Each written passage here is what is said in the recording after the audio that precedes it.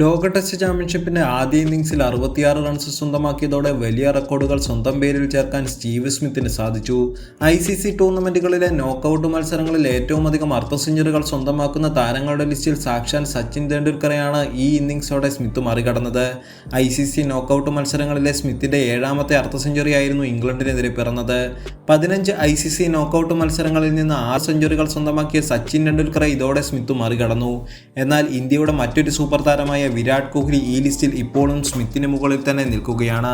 ഇതുവരെ ICC ടൂർണമെന്റുകളിൽ 22 knockout മത്സരങ്ങൾ കളിച്ചിട്ടുള്ള വിരാട് കോഹ്ലി 9 അർദ്ധ സെഞ്ചുറികളും 1 സെഞ്ചുറിയും സ്വന്തമാക്കിയിട്ടുണ്ട്.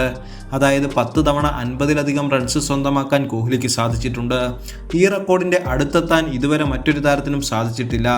അതേസമയം ലോർഡ്സ് ക്രിക്കറ്റ് മൈതാനത്ത് ഏറ്റവും അധികം റൺസ് സ്വന്തമാക്കുന്ന വിദേശ ബാറ്റർ എന്ന റെക്കോർഡിൽ 1ാം സ്ഥാനത്തെത്താൻ സ്മിത്തിന് സാധിച്ചു.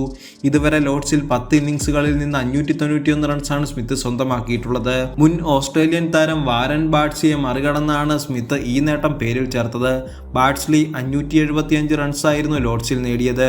വിൻഡീസിന്റെ ഇതിഹാസ താരം ഗാർഫീൽഡ് സോബേഴ്സ് 5 മത്സരങ്ങളിൽ നിന്ന് 571 റൺസ് ലോർഡ്സ് മൈതാനത്ത് നേടിയ താരമാണ്. ഓസ്ട്രേലിയയുടെ മുൻ താരം ഡോൺ ബ്രാഡ്മാൻ 551 റൺസ് ലോർഡ്സിൽ നേടിയിട്ടുണ്ട്.